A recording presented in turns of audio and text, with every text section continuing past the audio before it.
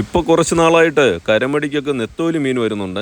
സാധാരണ ആനിയാടി മാസം വന്നു കഴിഞ്ഞാൽ മത്സ്യത്തൊഴിലാളികൾ ഈ പരിസരത്തൊന്നും കരമടി വലിക്കാനായിട്ട് നിൽക്കത്തില്ല. കാരണം കടൽക്ഷോഭം കൂടുതലായിരിക്കും.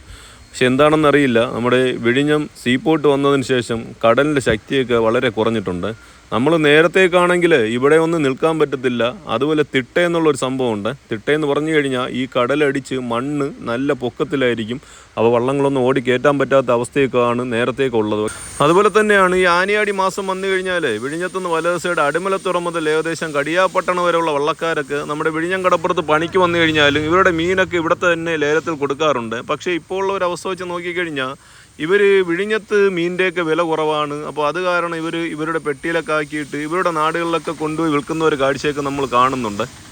അപ്പോൾ അതുപോലെ തന്നെയാണ് ജൂൺ 14-ാം തീയതി ഞാൻ പള്ളം ഫിഷ് മാർക്കറ്റിൽ പോയപ്പോഴേ അവിടെ ഒരുപാട് വള്ളക്കാർ വണ്ടിയിലൊക്കെ മീൻ കയറ്റി നെത്തോലി മീനാണ് കൂടുതലെന്നുള്ളത്. അപ്പോൾ ഇതിനെ പള്ളം ഫിഷ് മാർക്കറ്റിൽ ലേലത്തിൽ കൊടുക്കാനായിട്ട് കൊണ്ടുവന്ന ഒരു കാഴ്ച ഞാൻ കണ്ടതാണ്. അപ്പോൾ അവരോട് ഞാൻ ചോദിച്ചു, അതിൻ്റെ കൂടെ കുട്ടിച്ചുര ഉണ്ടായിരുന്നു.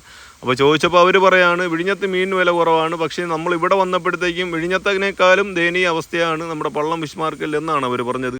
അതുപോലെ നേരത്തെ എന്നൊക്കെ പറഞ്ഞാൽ ഒരു ആനിയാടി മാസം വന്നു കഴിഞ്ഞാൽ ഏറ്റവും കൂടുതൽ കച്ചവടക്കാർ ആശ്രയിക്കുന്നത് ഒരേ ഒരു കടപ്പുറം വിഴിഞ്ഞം കടപ്പുറമാണ്. പക്ഷേ ഇപ്പോൾ നേരെ മറിച്ചാണ്. കാരണം എന്താണെന്ന് പറഞ്ഞാൽ വിഴിഞ്ഞത്തിനേക്കാളും വിലയാണ് അവരുടെ നാടുകളിൽ കിട്ടുന്നതെന്നാണ് അവർ പറയുന്നത്. അപ്പോൾ ഒരു കുട്ടിച്ചൂരുടെ വില വിഴിഞ്ഞം കടപ്പുറത്ത് 40 രൂപയിൽ കുറഞ്ഞു കഴിഞ്ഞാൽ അവർ കൊടുക്കത്തില്ല. പ്രത്യേകിച്ചും തമിഴ്നാട് നമ്മുടെ വള്ളവളക്കാരാണ്. അവർ ചെയ്യുന്നത് എന്താണെന്ന് പറഞ്ഞാൽ അവർ കൊണ്ടുവരുന്ന മീനിന് തക്കതായ വില കിട്ടിയില്ല എന്നുണ്ടെങ്കിൽ അതിനെ പെട്ടിയിലാക്കി അതുപോലെ ഐസും കാര്യങ്ങളൊക്കെ ചെയ്ത് അവരുടെ നാട്ടിലോട്ട് കൊണ്ടുപോകും. വള്ളം താമസിച്ചാണ് വരുന്നതെങ്കിൽ ചെയ്യുന്നതെന്ന് പറഞ്ഞാൽ ഐസ് ചെയ്ത് അവിടെ വീടിനടുത്ത് തന്നെ വെച്ചിട്ട് പിറ്റേ ദിവസം രാവിലെ ആയിരിക്കും അവരുടെ മാർക്കറ്റിലൊക്കെ കൊണ്ട് കൊടുക്കുന്നത്. അപ്പോൾ നമ്മുടെ ട്രിവാൻഡ്രം ജില്ലയിലെ പൂന്തറയിൽ ഹാർബറൊക്കെ വരികയാണെന്ന് പറഞ്ഞിട്ട് ഒരു ന്യൂസൊക്കെ വന്നിട്ടുണ്ട്. അപ്പോൾ ഈ ഹാർബർ യാഥാർത്ഥ്യമാകുകയാണെങ്കിൽ തീർച്ചയായിട്ടും നമ്മുടെ വിഴിഞ്ഞം കടപ്പുറത്ത് സീസൺ ടൈമെന്ന് പറയാനേ പറ്റത്തില്ല. കാരണം വിഴിഞ്ഞത്തെ വള്ളക്കാരായിരിക്കും പണിക്ക് പോകുന്നത്, അതുപോലെ വിഴിഞ്ഞത്തെ വള്ളക്കാരായിരിക്കും മീനുമായിട്ട് കരയ്ക്ക് വരുന്നത്, ലേലം നടക്കുന്നത്. അപ്പോൾ മറ്റ് സ്ഥലങ്ങളിലുള്ളവരൊക്കെ ചിലപ്പോൾ പൂന്തറ ഹാർബറിനെയൊക്കെ ആശ്രയിക്കാനായിട്ട് സാധ്യത കൂടുതലാണ്.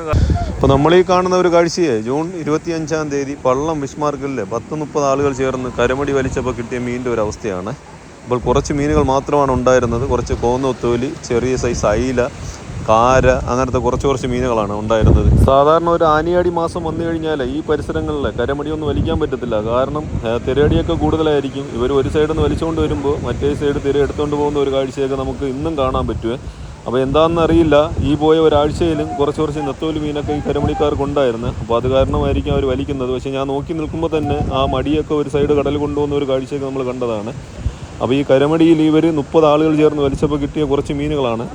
അതുപോലെ തന്നെയാണ് ഇവർക്ക് ആദ്യം വലിക്കുന്ന ആ സമയം കുറച്ച് മീൻ കിട്ടിക്കഴിഞ്ഞാൽ മാത്രമേ ഇവർ രണ്ടാം പ്രാവശ്യവും വലിക്കത്തുള്ളൂ. അപ്പോൾ കരമടിയെ സംബന്ധിച്ച് ഒരുപാട് പൈസയോ കാര്യങ്ങളൊന്നും കിട്ടത്തില്ല.